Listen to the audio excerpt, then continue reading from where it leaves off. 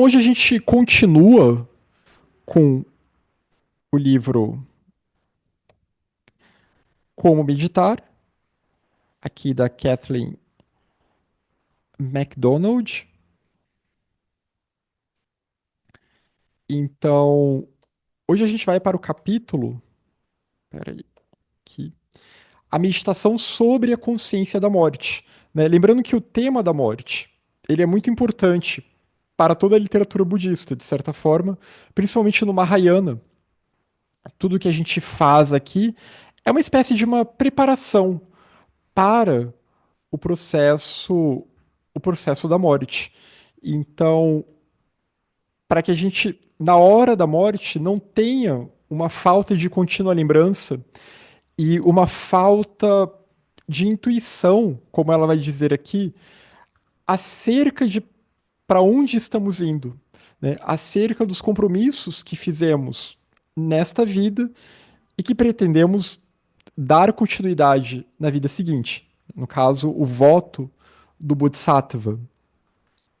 Então, é um tema que pode ser um pouco espinhoso para as pessoas, já que em muitas outras tradições comuns, em outras religiões mais ortodoxas, a morte, a forma como se lida com a morte, nem sempre vai ser muito saudável. E muitas vezes há um medo excessivo da morte, né? Ela vira uma espécie de um tabu. Ela é um tabu. Então aqui ela começa dizendo, nesse capítulo, quando nos confrontamos pela primeira vez com a ideia de meditar sobre a morte, poderemos ficar chocados.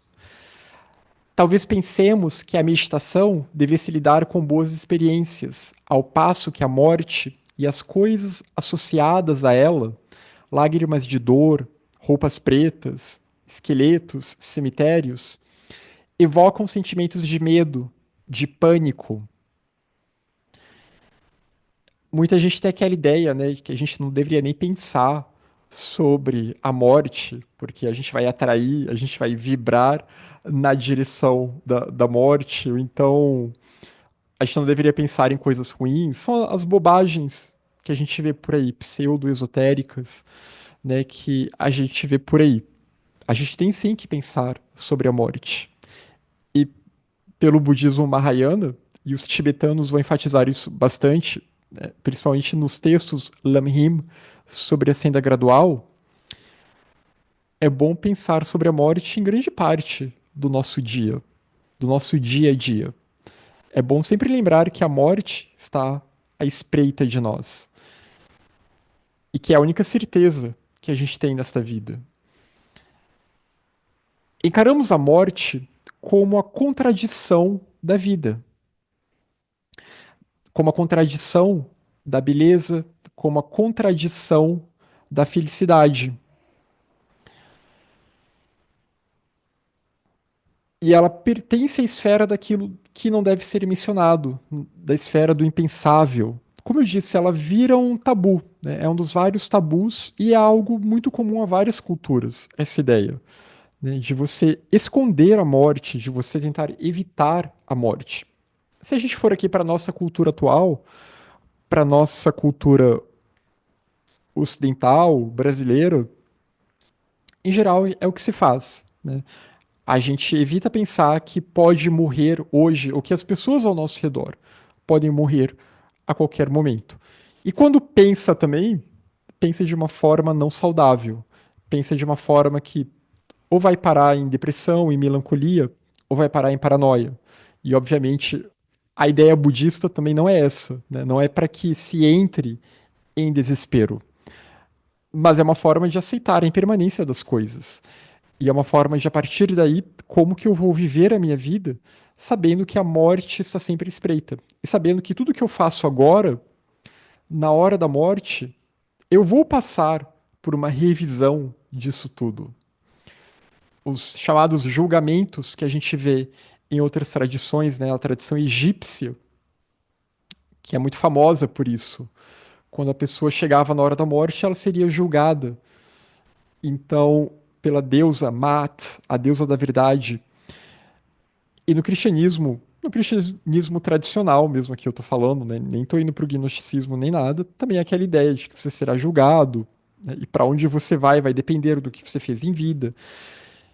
E no budismo, é como se a vida passasse com aquela ideia que muita gente fala, gente que às vezes teve experiências de quase morte, que fala: a minha vida passou como um filme. E de fato, a literatura budista vai dizer isso. Na hora da morte, quando nós estamos prestes a entrar no bardo, no estado intermediário, a vida ela passa como um filme. E há um julgamento, né? Não um ser externo que vai nos julgar, mas é a mente julgando a si própria. E dependendo do que eu fiz na minha vida e o que eu vinha nutrindo mais na minha vida, essa experiência ela pode ser agradável ou ela pode ser desagradável. Ou ela pode ser um mais ou menos. Ela vai ter algo de agradável e algo de desagradável. Como é a maioria da vida das pessoas. Aqui falando do ser humano especificamente nesse processo. Mas também pode ser um pesadelo, né? Pode ser uma experiência infernal. Ou pode ser uma experiência mais celestial também.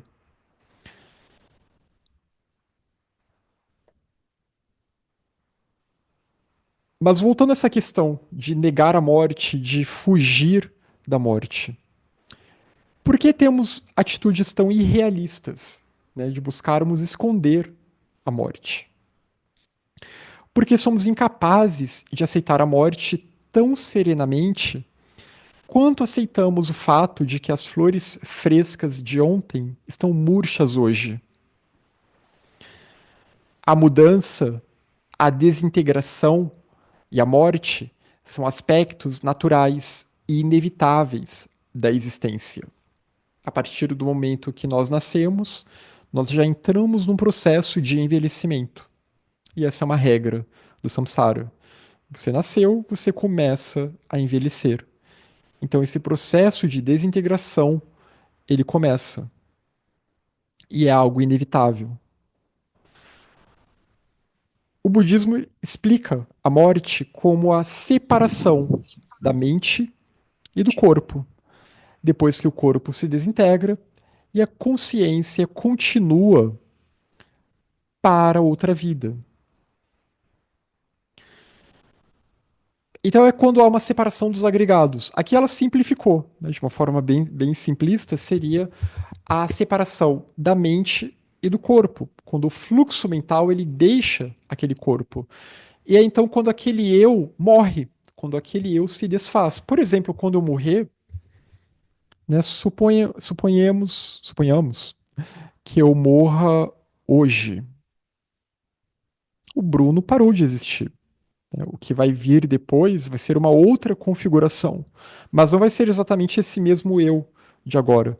Porque aqueles agregados que mantinham esse senso de um eu convencional, eles se desfazem. É claro que eu, em termos relativos aqui, o meu fluxo mental, ele vai carregar sementes desta minha vida atual. Mas o que vai renascer vai ser uma outra pessoa, né? Vai ser um outro eu, e não mais aquela mesma pessoa. Por isso que no budismo, de certa forma, sim, a gente reencontra pessoas com quem nós tivemos vínculos kármicos, né? Mas não são exatamente aquelas mesmas pessoas de antes. Isso é meio óbvio. Qualquer teoria, qualquer perspectiva que vai falar em renascimento, transmigração, reencarnação, ela vai tratar desse assunto de alguma forma, né? Nunca vai ser aquela mesma pessoa, até porque já é um corpo diferente, uma época diferente, e daí por diante. Mas o agregado da forma se desfaz. O agregado da sensação, da percepção, que era fundamental para a construção daquele eu, ele também vai se desfazer. E o agregado das tendências é o que continua junto, que ele vai ser carregado pelo fluxo mental, pelo agregado da consciência dual, né, que no caso aqui é a Laya Vijnana. É essa mente, esse fluxo mental que vai carregar de forma inconsciente as sementes para a próxima vida. E as experiências ele carrega e ele vai entrar num estado de sonho entre uma vida e outra. Então, aquilo que ficou naquele inconsciente vai continuar a ser experienciado de alguma forma no processo, em parte desse processo que a gente chama de bardo do budismo tibetano, entre uma vida e outra.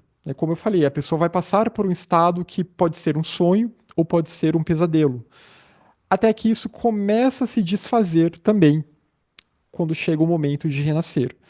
E no budismo tibetano, é claro que essa não é uma reunião hoje sobre exatamente o processo de renascimento, o que acontece entre uma vida e outra, mas o budismo tibetano isso é muito rápido, inclusive. Diferente de outras literaturas que às vezes vão dar um espaço de tempo maior, no budismo tibetano é muito rápido. O período que a pessoa fica entre uma vida e outra e o período que ela renasce. E se for alguém que está vinculado a esses assuntos, que fez um voto, isso pode ser ainda mais rápido. Às vezes ela nem vai passar por esse período intermediário. Ela já direcionou a sua consciência para onde ela vai nascer. E há práticas tântricas que funcionam para isso, para que a pessoa direcione o seu fluxo mental para já renascer imediatamente após a morte dela num outro corpo. Não nascer já como um bebê, mas para já, digamos assim, chegar naquele útero, chegar naquele embrião. É claro que aí também vai depender da cooperação dos futuros pais, mas de qualquer forma, a pessoa já vai se preparando. Ela já vai se preparando para não perder muito tempo no estado intermediário, porque um bodhisattva não tem tempo a perder. Ele tem que continuar a atuar pelo bem de todos os seres. Mas mesmo uma pessoa normal, ela não vai ficar 1000 anos no estado intermediário, porque o apego à vida, o apego às experiências do samsara, ele é muito forte e ele vai jogar aquela pessoa para renascer de novo, né? Ela é arremessada pelo poder do karma. Por mais que ela possa experienciar aquele aquele sonho ou aquele pesadelo entre uma vida e outra como sendo uma experiência de 1000 anos, né? Porque vem a questão da contagem dos anos divinos, dos anos infernais, que também é diferente de como nós experienciamos o tempo. Mas então o budismo vai explicar a morte assim. A mente deixou o corpo, houve essa separação. E aqueles agregados, aqueles 5 agregados, eles se desfazem. E o fluxo mental, ele continua carregando as sementes, continua carregando os samskaras para a próxima vida. Depois que o corpo se desintegra, a consciência continua. E o eu convencional, que depende dessa combinação dos agregados, que depende da combinação mente-corpo, ele termina com a morte. Aquele eu com o qual nós nos identificamos nesta vida. Porém, uma autoimagem diferente surgirá com a nova vida. Quando a pessoa renasce, ela já surgirá, ela já vai começar a ganhar consciência de uma nova autoimagem de si mesma, porque será um novo corpo e serão outras circunstâncias que vão servir de vazão para o amadurecimento de uma série de sementes kármicas que foram geradas na vida anterior. A morte não é, portanto, uma cessação. Ela é uma transição. Ela é uma transformação.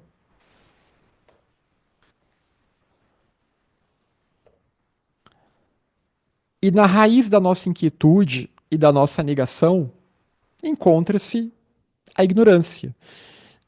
Então, a nossa ignorância em relação aos processos da vida, em relação ao que é o nosso eu, que é essa roupagem temporária que nós temos, e nós vamos mudando de roupa vida após vida, a nossa ignorância em relação a isso, ela gera essa inquietude, porque a gente tem muito apego a esse nosso eu presente, que nós achamos que tem existência inerente, que tem uma existência essencial. Nós nos agarramos à nossa autoimagem como algo permanente, como algo imutável, e queremos que ela viva para sempre. Esse desejo poderá não ser consciente, expresso em pensamentos ou palavras, porém está decididamente ali. Ele explica porque instintivamente fugimos, lutamos ou nos protegemos quando a nossa vida é ameaçada.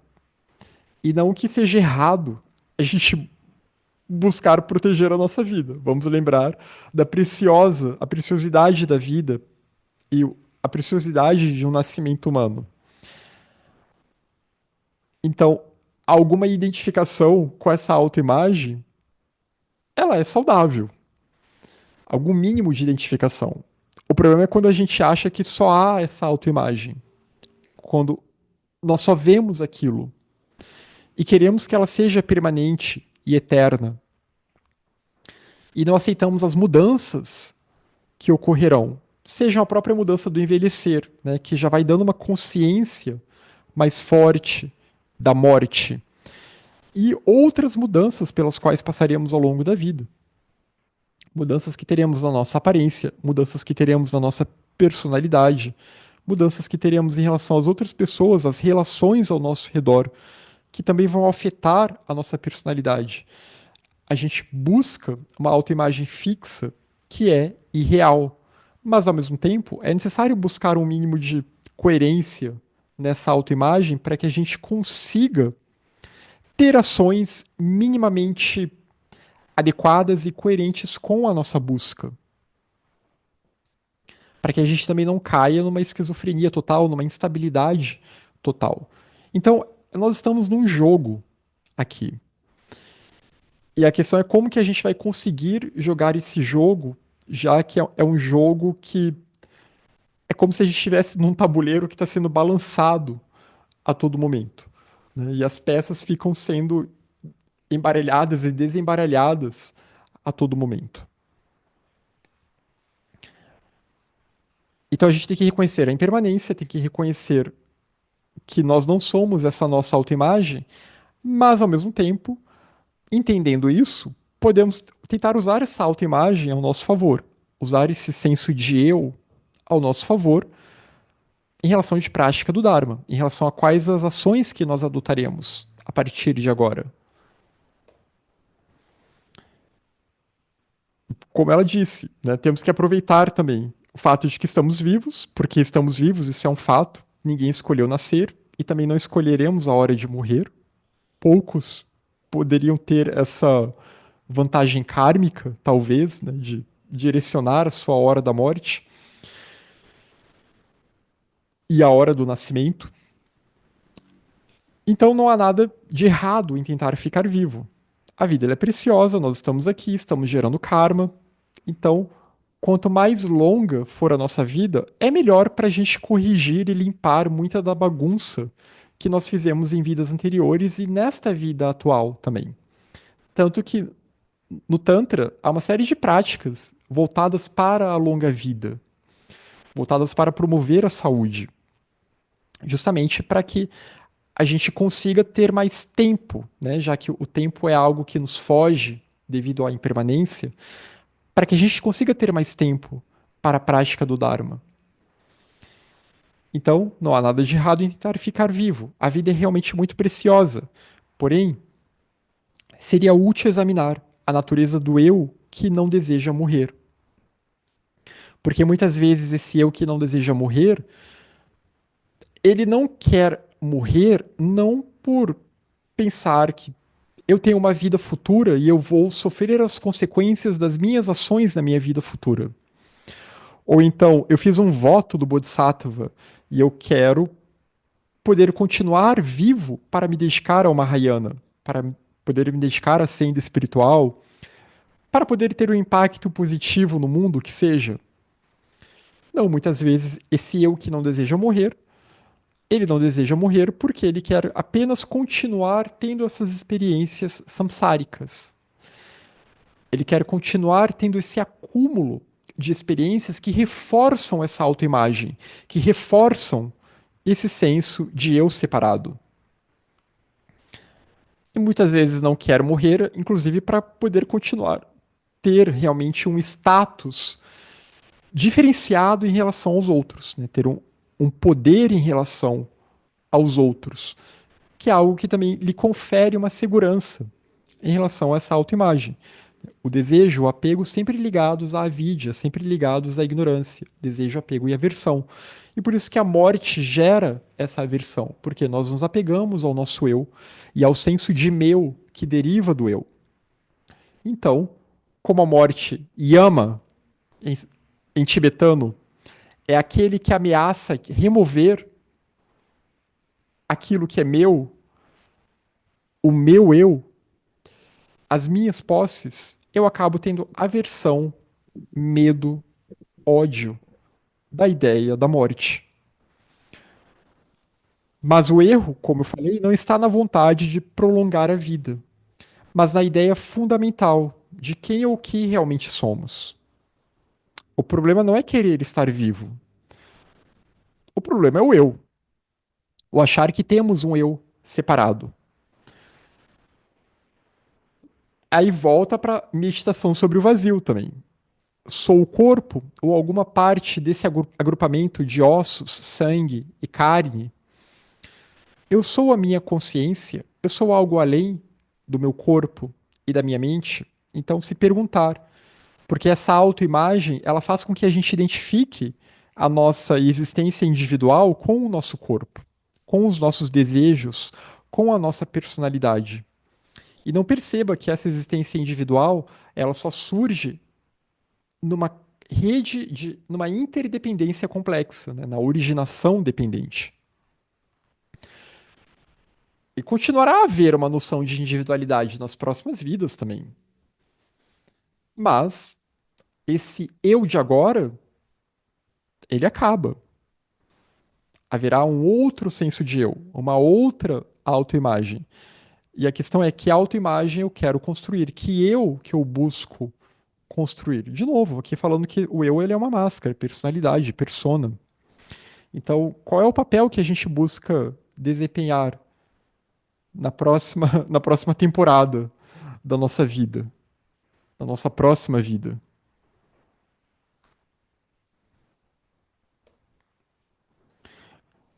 A compreensão do vazio, da não existência de um eu inerente, de um eu permanente, nos livra do medo da morte e de todos os medos e falsas interpretações. A meditação sobre o vazio é o antídoto supremo, como vemos em muitos textos que falam sobre isso, porque é a meditação que vai enfrentar a ignorância, né? É tentar alcançar prajna, a sabedoria que remove a ignorância, a vidya. Até que esse ponto seja alcançado, contudo, porque nós não vamos conseguir ter essa compreensão, ter essa sabedoria do dia para a noite. É um processo longo e gradual, e que não depende só de meditar sobre o vazio, depende de buscar uma vida condizente com essa busca, com essa meditação, com essa prática também. Depende de buscar uma vida, então, em que eu vou ter que colocar os paramitas em prática. E cada vez mais deixar os meus desejos pessoais de lado.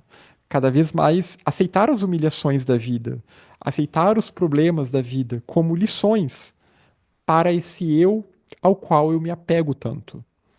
Vigiar o meu karma, ter cuidado com as minhas ações, realmente tentar colocar em prática o nobre caminho óctuplo. Até que esse ponto seja alcançado, contudo, é importante manter a consciência da impermanência e da morte. Então, se eu ainda não consigo chegar a essa compreensão do vazio, porque eu ainda não consigo viver o Dharma, eu ainda não me tornei o caminho, eu apenas almejo o caminho, então, que eu mantenha a lembrança, uma contínua lembrança. Quando ela fala aqui consciência, eu até sei qual é a palavra que estava em inglês aqui. Provavelmente devia ser awareness, né? Você estar ciente. Você ter uma contínua lembrança aqui. Está falando da paramita dhyana. Uma contínua lembrança da impermanência e da morte, para que isso te estimule a minimamente não deixar a prática do Dharma de lado, porque é muito fácil perder a atenção. É muito fácil vir um pensamento na minha cabeça e, tá, mas eu não morri ainda. Eu vou morrer de fato, mas ainda não. Então, eu ainda posso deixar algumas coisas de lado. Então, manter minimamente essa plena atenção, essa contínua lembrança da impermanência e da morte, para que minimamente eu tenha uma prática do Dharma, eu tenho uma prática espiritual na minha rotina. Senão a mente ela vai se perder nas relações do mundo. Ela vai se perder nas confusões do samsara. E aí, quando viu, aí de fato, quando a hora da morte chega, já é tarde demais. Né? É o que se fala do renascimento como um deus, como um deva, que há tantas benesses naquela vida, há tanto deleite, tanto êxtase, que eles se esquecem de praticar o Dharma. Porque esse excesso de prazer, e são prazeres sutis, não são nem os prazeres físicos, esse excesso de prazer que esses seres experimentam, ele é tão inebriante que a mente nem pensa. Eita, mas espera aí, isso aqui não vai durar para sempre. Eu vou morrer em algum momento. Tanto que quando chega a hora da morte, para um deva já é tarde demais. Ele já não consegue mais praticar o Dharma. E por isso ele cai num reino inferior. Porque ele se perdeu apenas satisfazendo seus próprios desejos pessoais e egoístas. Aqui está falando de classes de devas, né, do mundo do desejo, que seriam classes em que seria possível nós renascermos, que pode ser comparado com uma pessoa que tem muitas benesses e facilidades na vida.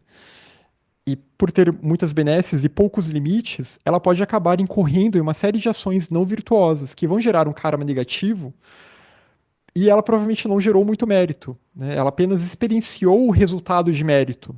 Porque renascer como um deus, ou renascer numa condição humana muito confortável, tem muito a ver com o mérito kármico aqui, né? Em que não me falta nada, em que eu tenho muito tempo livre, em que eu tenho acesso a muitas coisas, mas eu não aproveito isso. Muito pelo contrário, eu apenas vou reforçando o meu apego àquelas coisas e vou me distraindo com aquelas experiências boas. E vou querendo ter mais e mais, porque essa voracidade, a voracidade pelo prazer, ela nunca cessa no samsara. Por isso que chega um ponto que uma pessoa que ela é hedonista, ela vai começar a transgredir coisas que não deveriam ser transgredidas. Ela vai começar a buscar o prazer às custas do outro, mesmo que tenha que explorar o outro, mesmo que tenha que destruir a vida de alguém. Porque é um desejo voraz que deriva da ignorância. Isso é até representado, a gente vai ter um eclipse agora, neste sábado, eu acho, se não me engano, um eclipse em Áries. Os eclipses, eles têm muito a ver com isso na astrologia indiana, porque eles representam mitologicamente um asura, né? Os asuras são aquela classe que no budismo são traduzidos de semideuses, aquela classe de seres que têm inveja dos devas, eles querem roubar o poder dos devas. E tem um asura chamado Rahu, que ele tenta roubar o soma dos deuses, tenta roubar a vitalidade dos deuses. E ele tenta encobrir o sol, ele tenta engolir o sol para si. E aí a representação do eclipse. Isso a gente vê em várias mitologias, a ideia de que um dragão está tentando comer o sol, porque é um desejo tão voraz que ele quer aquela luz para si próprio. Até que Vishnu perde a paciência e com seu disco Vishnu corta esse Asura em dois. Então, a cauda desse Asura, Ketu, vai representar os eclipses lunares, aquela luz que tenta se interpor entre a luz da Lua, a luz que a Lua reflete do Sol, e a Terra. Irahu vai representar os eclipses solares, né? Quando ele tenta roubar a luz do Sol, mas ele não consegue. É o chamado nó do norte da astrologia, que representa os desejos que nos jogam no mundo, as nossas buscas vorazes, esse desejo que nunca é saciado. E sempre que a gente busca, ele sempre resulta em insatisfação, porque ele é atrelado a esse senso de um eu, esse senso de um eu inerente, que é um falso eu, que é uma ilusão, né? É um modo de confusão produzido pela ignorância. Então, conforme a pessoa vai buscando cada vez mais e mais desejos, ela vai gerar uma série de deméritos, porque ou ela vai pisar em cima de alguém, ou ela vai exercer uma série de ações não virtuosas que vão fazer com que depois ela vai ter que responder por essas ações, né? Ela vai gerar uma série de karmas negativos aqui. O egoísmo, se descontrolado, ele sempre vai fazer com que a humanidade caia na barbárie. Então, por isso que é importante tentar entender o vazio de eu, tentar entender que esse eu que nos impulsiona para fazer tantas bobagens, se a gente seguir os ditames deles, como diz o Shantideva no Guia do Estilo de Vida do Bodhisattva, ele vai nos levar para o inferno. E quando a gente viu, já foi tarde demais. Quando a gente viu, a hora da morte chegou. O principal benefício da prática, então, de meditar sobre a morte é que ela nos força a decidir que atitudes e atividades realmente valem a pena, porque nós seremos julgados por isso. A vida humana ela é altamente significativa devido às oportunidades que fornece para o nosso crescimento espiritual. O desenvolvimento do amor e da compaixão, da clareza e da sabedoria, e finalmente a obtenção da iluminação, do completo despertar. É só na vida humana que podemos despertar para o estado de Buda. Cada um de nós tem esse potencial.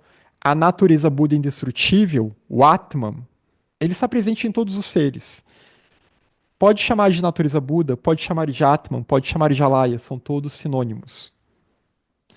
Vamos simplificar as coisas aqui, né? Não vamos cair em discussão maluca, dizendo, ah, não, mas é uma coisa, é um nível. Não, são todos sinônimos. É essa unidade indestrutível, essa vida una que permeia todas as coisas. E é ela que nos propele a buscar a iluminação. É ela que nos instiga. É uma intuição que nós temos na nossa mente. Porque a nossa mente, o nosso fluxo mental, o que algumas tradições vão chamar de alma, em sânscrito, no budismo Yogacara, ela é chamada de Alaya Vijnana. Vijnana há essa consciência dual, essa consciência de separatividade, que vida após vida vai assumindo um eu relativo. É o que outras literaturas vão chamar também de manas. E a Alaya não é individual, mas ela é essa base. Essa base que está sempre acompanhando, que está sempre oculta, velada, como um tesouro que está lá escondido, esperando para ser despertado por essa consciência. Só que essa consciência ela está ludibriada. Ela está como esse demônio do nó do norte, né? Como o Rahu, o Asura invejoso, que quer devorar o mundo, que quer devorar as luzes enganosas deste mundo em que nós estamos, que não percebe que tudo que ele precisa já está dentro dele, que tudo que ele precisa é, na verdade, despertar para essa unidade fundamental, despertar para a Alaya que já está em todos nós. Como eu falei, são sinônimos aqui: Alaya, Tathagata Garbha, natureza Buda, Atman, são todos sinônimos, ou Cristos numa linguagem gnóstica cristã, ou Alá numa linguagem gnóstica islâmica. Então, por isso que a vida humana é altamente significativa, porque nós temos a constituição psicofísica que permite ganhar essa consciência. Os animais também têm natureza Buda. Uma pedra tem natureza Buda. Ela está presente em tudo. Ela contém todas as coisas. Alaya pode ser traduzido como morada. Tudo está nesse espaço todo permeante. Contém todas as coisas, mas não é contido por nada, porque ela é vazia de outro. Porém, o ser humano ele pode alcançar a gnosis, ele pode alcançar a dhyana. É aquele ponto neste planeta, neste momento atual, da manifestação deste kalpa, deste manvantara, em que a vida tomou uma forma, essa forma humana, que ela é capaz de ganhar alguma consciência disso, uma percepção direta disso. E isso é o completo despertar de um Buda. Então, por isso que a vida humana ela é muito significativa, por isso que o budismo bate muito nessa tecla, né? Não se contente em querer renascer como um animal ou como um deva, se busque valorizar esta vida humana em que você está, para desenvolver essas virtudes que vão nos aproximar dessa natureza última, que vão nos aproximar do Atman, da natureza Buda, de Alaya, porque são aquelas virtudes que vão desfazer os nós do eu, que vão enfraquecer o poder do eu, como o disco de Vishnu, o Senhor da Compaixão, que destrói o Asura invejoso e egoísta, e que não permite mais que o Sol seja eclipsado, porque o nosso eu ele eclipsa o Sol, ele eclipsa o Logos, ele eclipsa o Atman. Então, a ideia é tirar esse eu do caminho, para que ele não eclipse mais, deixar ele no devido lugar dele.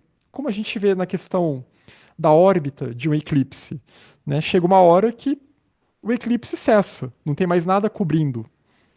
Os astros voltam para os seus devidos lugares, digamos assim.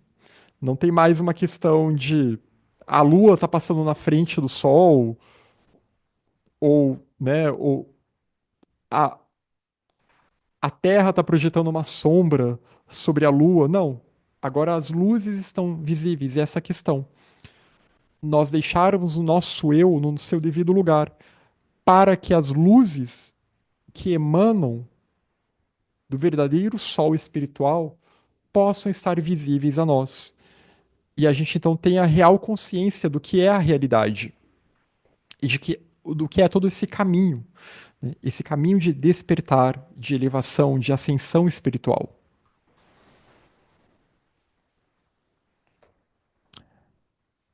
E a vida ela é curta. Todos nós temos esse potencial de despertar, de iluminação, mas a vida é curta. A morte pode ocorrer a qualquer momento. E morrer sem haver empreendido o único trabalho que traz algum benefício duradouro, para nós ou para os outros, seria altamente lamentável. O que ele está dizendo aqui é morrer sem ter realmente entrado na senda, sem ter realmente entrado no Mahayana, no caminho Mahayana. E aí isso depende das nossas ações, novamente, do nosso karma. Quais são as ações que nós adotaremos? Este não é um caminho de inação, é um caminho de ação, de método e sabedoria. A vida presente e todas as suas experiências, elas estão voando, elas estão indo embora. Prendermos-nos, faltou um R aqui, prendermos-nos a qualquer coisa neste mundo é como perseguir um arco-íris. Né? A gente pode querer alcançar aquele arco-íris, tocar aquele arco-íris, mas será uma busca vã. Quando a gente chegar, o arco-íris já não estará mais lá. Não é possível. Então, tentar ter essa consciência. Qual é o significado que estamos dando para a nossa vida? Porque a morte virá. E qual é o impacto, então, das nossas ações na vida futura? Se mantivermos isso constantemente em mente, não perderemos tempo com buscas mundanas, e sim o empregaremos com sabedoria.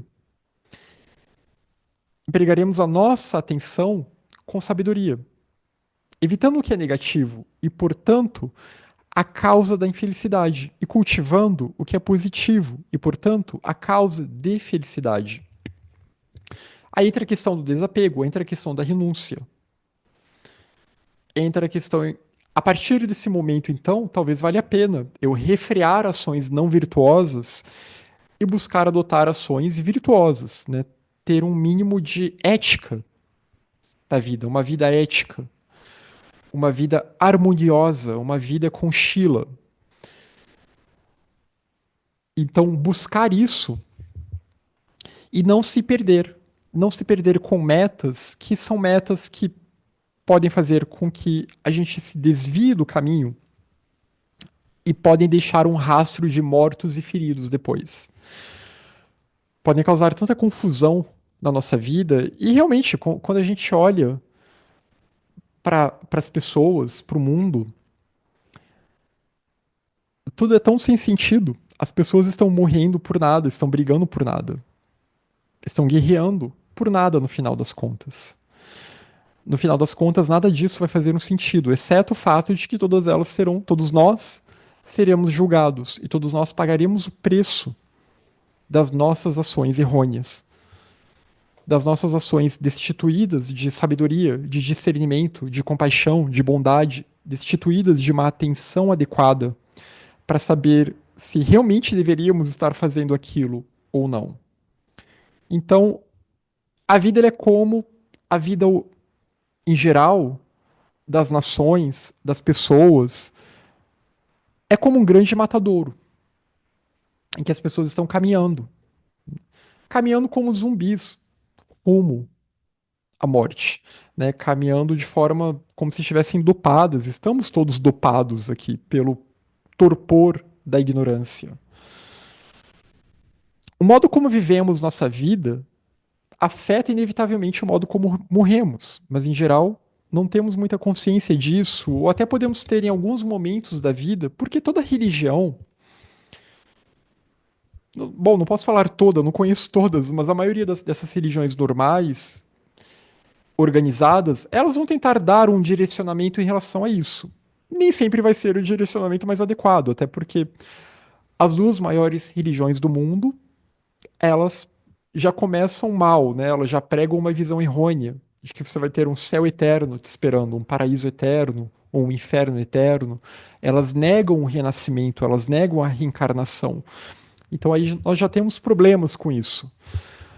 Mas de qualquer forma, elas tentariam, em tese, direcionar as ações das pessoas para um certo cuidado, sabendo que haverá algum tipo de julgamento. Só que o problema é que muitas vezes, em muitas dessas religiões, talvez, mas você matou uma pessoa que merecia morrer, né? Ou talvez essa ação que você fez, não, mas ela vai ser atenuada porque você aceitou o Messias tal, então, porque você aceitou Jesus, então agora apagou todo o mal que você fez. E o karma, ele nunca apaga, né? Nós sempre sofreremos os efeitos das nossas ações. Então, mesmo que muitas religiões deem uma certa orientação para as pessoas, muitas vezes são orientações que também estão permeadas por uma série de equívocos, de visões errôneas, que reforçam muitas vezes ainda mais o medo da morte, o apego às experiências mundanas, um certo materialismo espiritual, né? A ideia de que vai ter um Deus que vai te punir ou que vai te recompensar se você se mostrar como agradável e obediente a ele, mesmo que não seja uma obediência muito sincera. Mas o fato é que as pessoas vão caminhando rumo a, a essa hora final, a esse matador. Estamos todos aqui nesse mesmo barco. E sem muita plena atenção, sem muita contínua lembrança, sem muita vigilância e sem muito discernimento. Em pensar que cada ação nossa, ela vai ser computada na conta kármica. E, na verdade, de novo, não é no sentido de que haverá um ser externo para nos julgar. É claro que tudo fica impresso, né? Fica impresso na luz astral, numa linguagem teosófica, ou em linguagens indianas, né? Tudo isso voltará a nós como o amadurecimento kármico. Mas o fato é que nós estamos construindo o nosso futuro com as nossas ações. A gente pode pensar o karma dessa forma. Cada pensamento, cada fala, cada ação de corpo é uma porta nova para um novo futuro. Nós estamos construindo a nossa vida e a morte, ela será uma porta para um desses futuros possíveis. Então, se vivermos pacificamente, morreremos em paz. E o processo para uma próxima vida ele será razoavelmente tranquilo.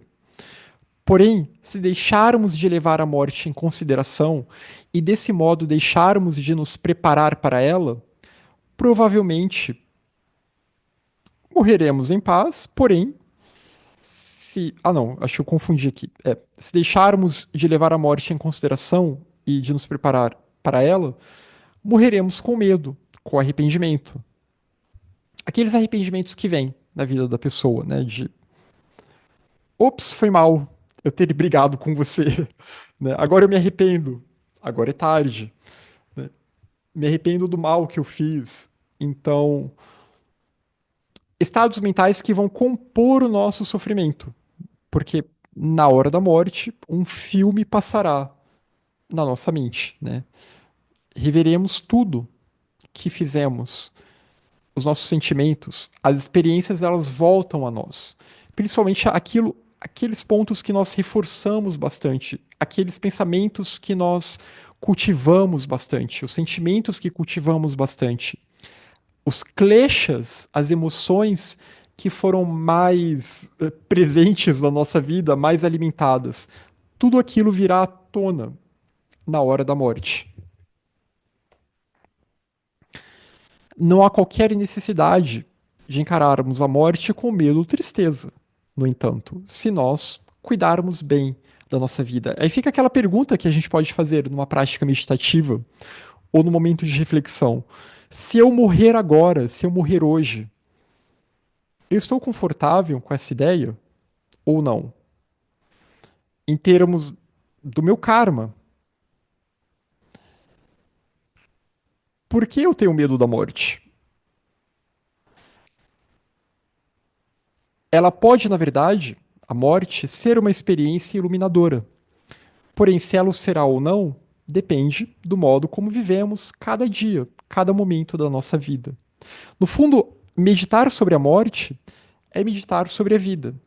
É meditar sobre como queremos viver a nossa vida, como queremos construir a nossa vida.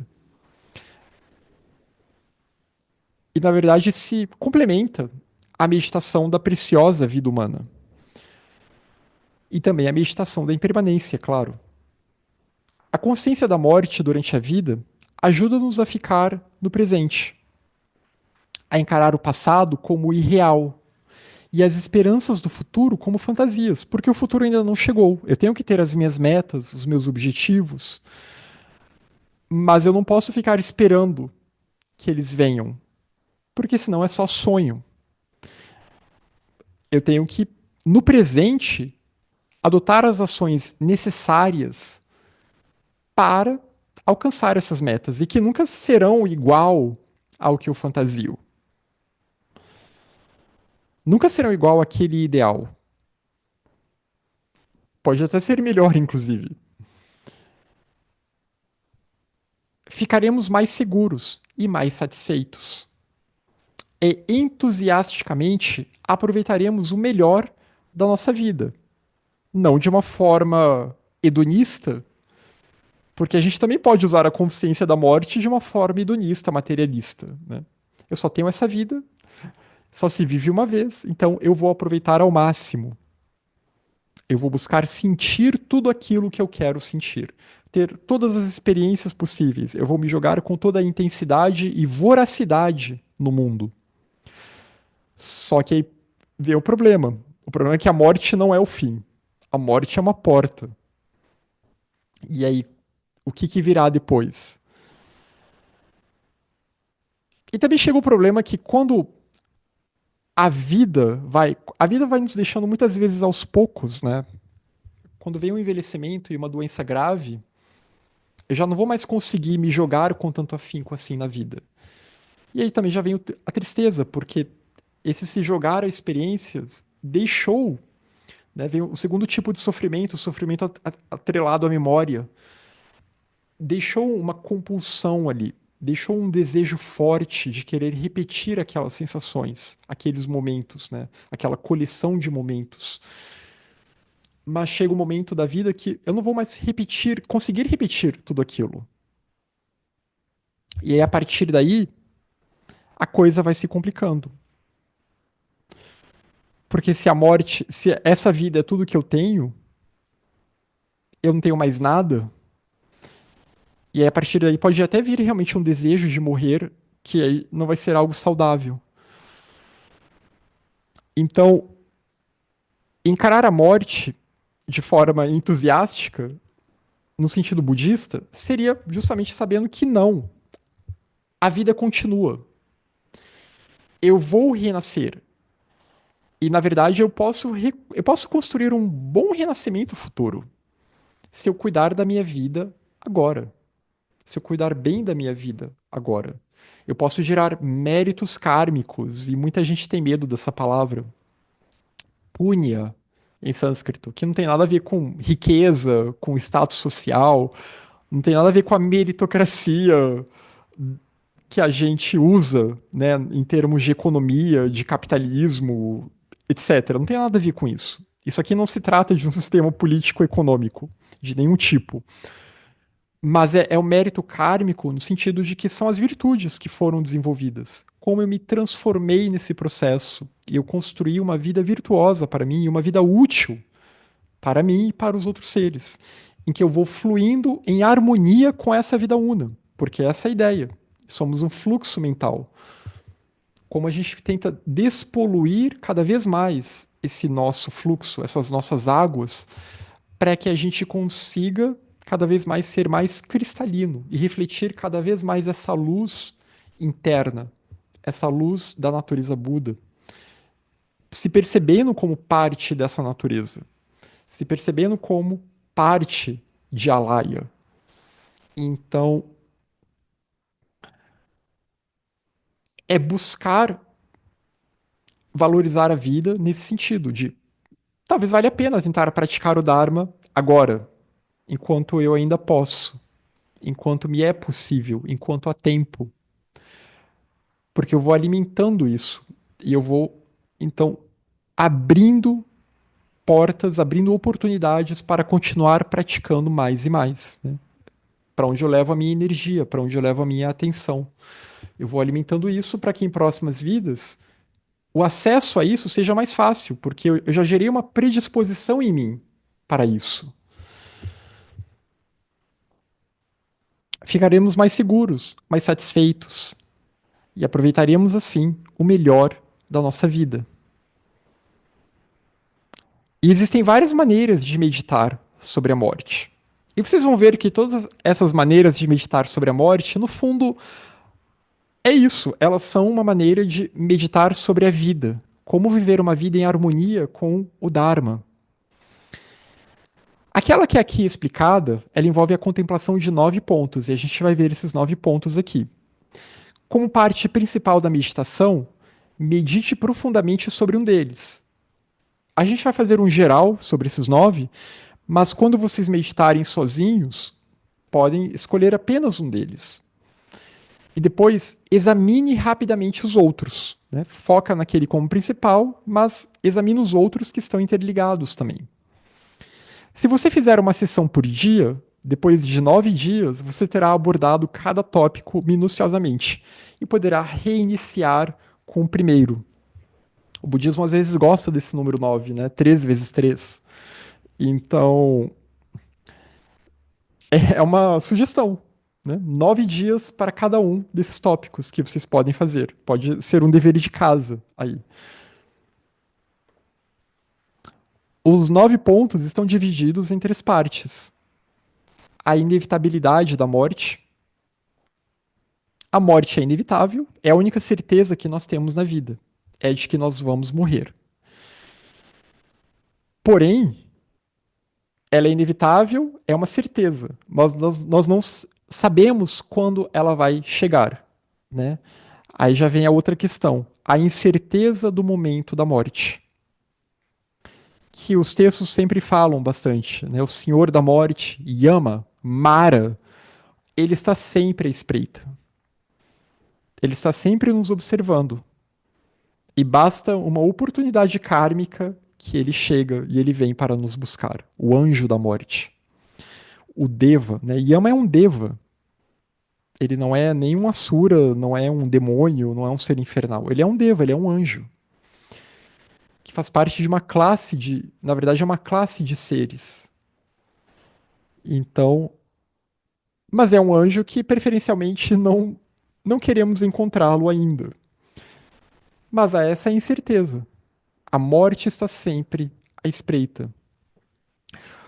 O fato de que somente o seu conhecimento intuitivo e espiritual poderá ajudá-lo na hora da morte. Aqui até ficou meio grande nessa tradução. Mas pensar que é somente se voltar para o Dharma, voltar a nossa mente para o Dharma, que vai nos ajudar na hora da morte. Isso, textos budistas que falam sobre isso, e pode ser interessante a gente talvez visitar esse assunto, já que estamos falando sobre isso. Se vocês quiserem, né, talvez uma próxima reunião, a gente pode visitar esse assunto. Mas é importante, o pensamento que você nutre, qual pensamento você nutre, para onde você está levando a sua mente naquele exato momento da morte. Isso é muito importante. Porque isso vai ajudar a gente como uma espécie de um fio, né, o fio de Ariadne, nesse labirinto que será, em que entraremos entre a nossa morte e a próxima vida. Esse último pensamento, ele pode ajudar como uma luz que vai nos guiar. Então, o ideal seria a gente morrer dormindo, já sabendo que vai morrer, e já voltando a nossa mente para o Buda, o Dharma, para a Sangha espiritual. Há monges tibetanos que eles percebem que a hora da morte está chegando. Então eles entram em meditação. Imagina morrer meditando. Seria a melhor morte possível. Acho que ainda é melhor do que morrer dormindo. Mas nós ainda não estamos nesse estágio. Talvez nem dê tempo para nós chegarmos nesse estágio. Né? Talvez não tenhamos ainda o mérito para termos essa oportunidade de morrermos meditando. E não sabemos, e mesmo o monge que senta para meditar, ele sabe que a morte está à espreita, mas ele não sabe em que momento. Né? Talvez ele vai ficar horas meditando. Talvez não dê nem 5 minutos de meditação e a morte já vem.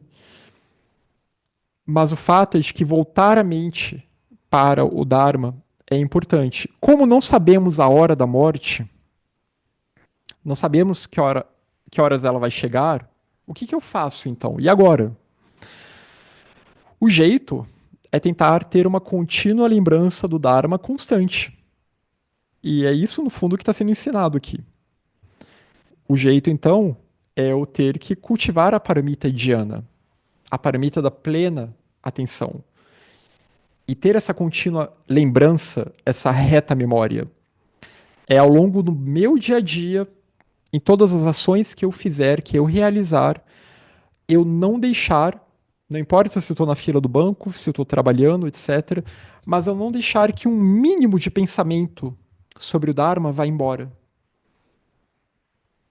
Seja até algo bem sutil, né? Um senso de bodhicitta, um senso de interdependência, de vazio, de shunyata, de quando em quando ao longo do dia voltar a mente, tomar um refúgio.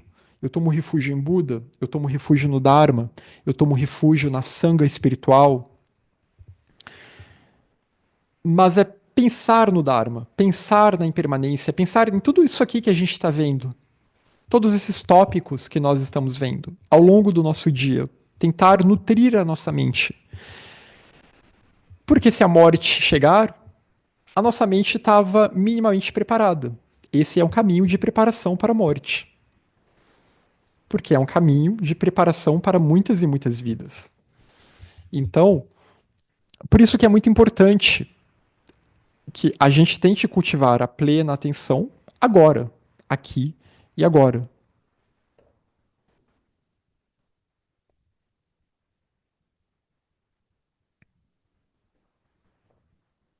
E agora ela vai entrar nos 9 pontos, né? Porque aqui ela dividiu esses 9 em 3 partes. Aí os tibetanos adoram fazer listas e catalogar as coisas dessa forma.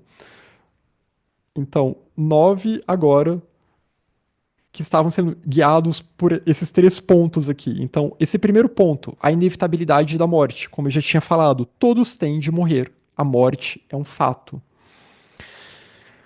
O seu tempo de vida está continuamente decrescendo, né? A vida ela não se prolonga, ela decresce. E na Kali Yuga, chegar a 100 anos é difícil. Poucos chegam a 100 anos. E quando chegam também nem sempre chegam muito bem. Às vezes chegam com Alzheimer, com uma demência. Então, ainda chegam no estado em que não há muito que possa ser feito. Chegam muito debilitados. Então, o tempo, ele decresce, a gente não ganha tempo. Ele está sendo queimado e a nossa energia vital, ela está sendo queimada. E hoje até é um problema, né? Porque como as pessoas querem ser muito jovens sempre, a pessoa de 50, 60, ela ainda quer ter uma vida de 20 anos, muitas vezes esse estilo de vida, ele vai contribuir ainda mais para acelerar a queima da energia vital. E, e com uma pessoa de 20 anos também tem que cuidar muito da sua energia vital. Então, por isso, aquelas questões que a gente sabe, né? Tem que ter uma alimentação adequada. No caso aqui, obviamente, vegetariana, não consumir álcool, não consumir substâncias que vão fazer mal para a mente, uma alimentação mais viva, com comida de verdade. Exercícios moderados também, porque o excesso de atividade física também queima a energia vital, né? Não é para ser atleta e se exaurir fisicamente, mas o exercício de forma moderada e conforme também a adequação da idade e do momento, né? Para conseguir permitir uma fluição adequada da energia vital. A medicina tibetana fala muito dessas questões, a medicina tibetana, a medicina chinesa. Então, um sono adequado também, né? Um sono adequado e uma vida mentalmente adequada, com meditação, com uma prática adequada do Dharma, com estudo, com reflexão, com momentos de silêncio, buscando um senso de contentamento, né? Para que também as nossas emoções não queimem a gente. Então, tudo isso é para tentar lidar com esse tempo que nos escapa, porque o tempo ele está decrescendo, ele está passando. A quantidade de tempo gasto no decorrer da sua vida para desenvolver a sua mente é muito pequena. Até pelos exemplos que eu dei, eu tenho que gastar tempo me alimentando, cozinhando. Eu tenho que gastar tempo com as atividades mundanas do mundo, as obrigações sociais.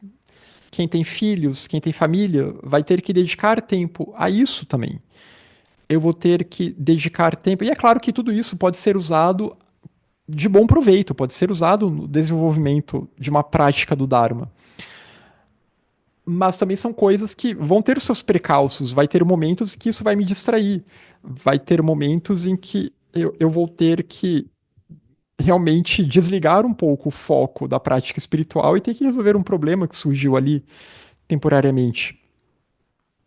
Então, para ajudar uma outra pessoa também que precisa, mas não de uma forma muito budista, né? Mas ajudar de forma material e, e que eu digo assim que não vai dar para nem ensinar o Dharma nem nada.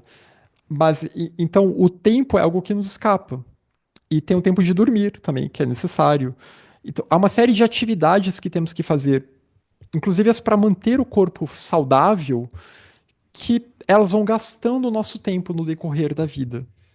E aí o tempo que sobra para de fato desenvolver a mente, ele é muito pequeno. O tempo que sobra para praticar o Dharma, ele acaba sendo muito pequeno. Para praticar o Dharma, que eu digo no sentido de estudar, de sentar para meditar, e aí para que isso permita, guie o resto da minha vida. A duração da vida humana, ela é incerta. Então aqui a gente estava vendo a inevitabilidade da morte e a incerteza da morte. A duração ela é incerta, há muitas causas para a morte, né? Há muitas formas de morrer.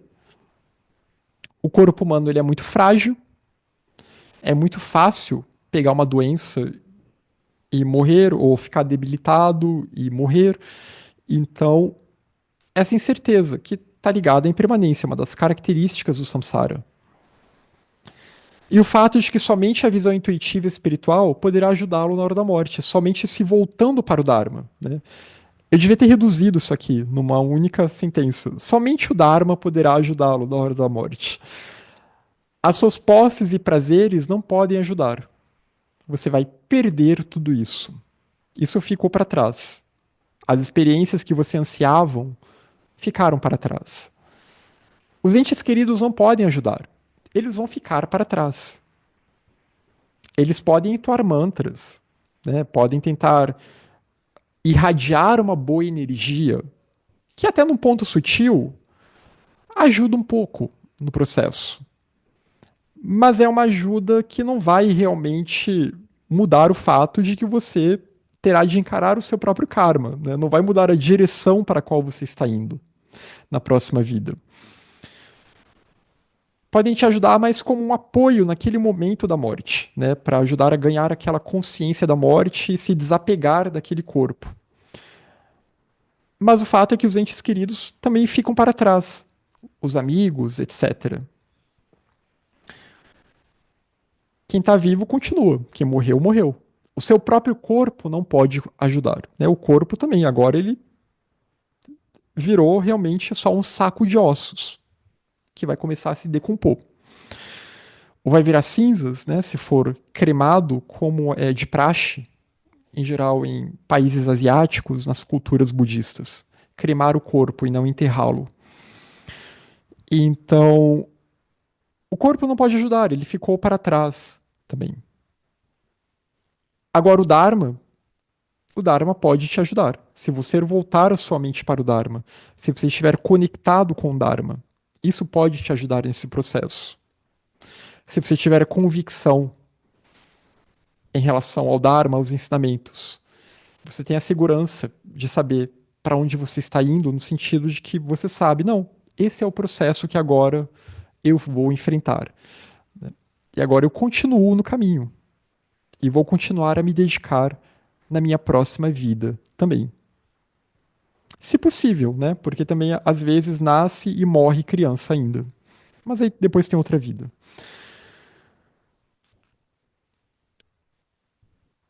Então, é possível que você se sinta deprimido ou preocupado depois da prática desta meditação. Ela dá esse alerta que, dependendo de como a pessoa praticar, ela pode ficar preocupada, ela pode ficar meio deprimida. De certa forma, isso mostra que você levou essas ideias a sério, né? Que, opa, agora a coisa ficou séria, agora realmente eu sei que eu vou morrer. E refletiu bem sobre elas. Só que isso também indica que você tirou uma conclusão errada. E não é prudente encerrar a meditação nesse estado mental. A ideia não é ficar deprimido ou preocupado, muito pelo contrário. A ideia é justamente entender, é ganhar a convicção de que nós estamos fluindo vida após vida e que nós estamos construindo o nosso futuro agora no presente, mas sabendo que esse futuro um dia ele chega, não como necessariamente as nossas fantasias, sonhos, mas pelas nossas ações de agora. Lembre-se de que a morte é apenas um aspecto natural e inevitável da vida, e é a sua incapacidade de aceitá-la como tal que faz com que você se aborreça, porque você se apega muito a esse eu do presente. Assim como as mortes simbólicas pelas quais nós passamos na vida, né? Os processos que as pessoas têm, processos de término de relacionamento, de divórcio, processos de término de emprego, de demissão, tudo isso pode gerar uma série de lutos, né? Com uma série de mortes pelas quais nós passamos na nossa vida e como que é difícil passar por esses processos. Mortes de momentos, né? De fases da nossa vida. E como pensar sobre isso pode nos ajudar até mesmo a encarar esses processos também. O medo e o pesar surgem devido ao apego irrealista a um eu permanente. Né? Essa ideia desse eu fixo, permanente, indestrutível, separado, inerente, que tem medo. Se mantivermos a morte em mente de modo tranquilo e claro, esse apego será vencido, permitindo que fiquemos conscientes e tornemos cada ação positiva e benéfica para nós e para os outros. De novo, vocês veem que ela está focando muito nessa questão, né, de estar consciente, estar ciente, muito essa questão da plena atenção. Essa plena atenção para com esta vida e para as ações que eu estou adotando nesta vida, como eu estou empregando, porque aqui não é só o ficar atento, mas é o discernimento. Como eu estou empregando o meu discernimento para o rumo que eu vou dar a esta minha vida, que é passageira. Além disso, uma percepção da morte nos fornece uma enorme energia no sentido de não desperdiçarmos a nossa vida e sim vivê-la tão efetivamente quanto possível, como já tínhamos visto antes, né? E que aqui, em termos budistas, é vivê-la de forma que vamos aproveitar essa oportunidade, já que somos Budas em potencial, de nos aproximarmos um pouco desse ápice da existência humana, que é o estado de Buda. De nos aproximarmos um pouco desse despertar, de tentarmos nos aproximar do caminho, da senda, de tentarmos cultivar, lançar boas sementes para o futuro.